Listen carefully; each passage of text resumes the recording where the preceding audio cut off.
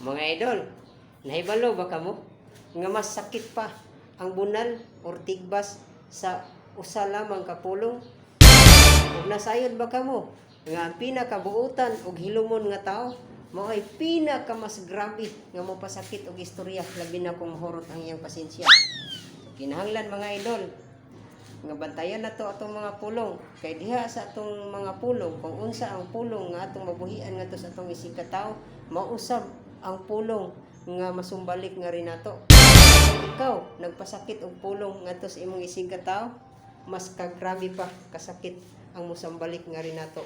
Ayan mga idol, bantayan nato atong mga pulong o mainang puunta sa Ginoo. So kinahanglan nga aduna tay taas nga pasensya, pailog, o aduna tay peace and love.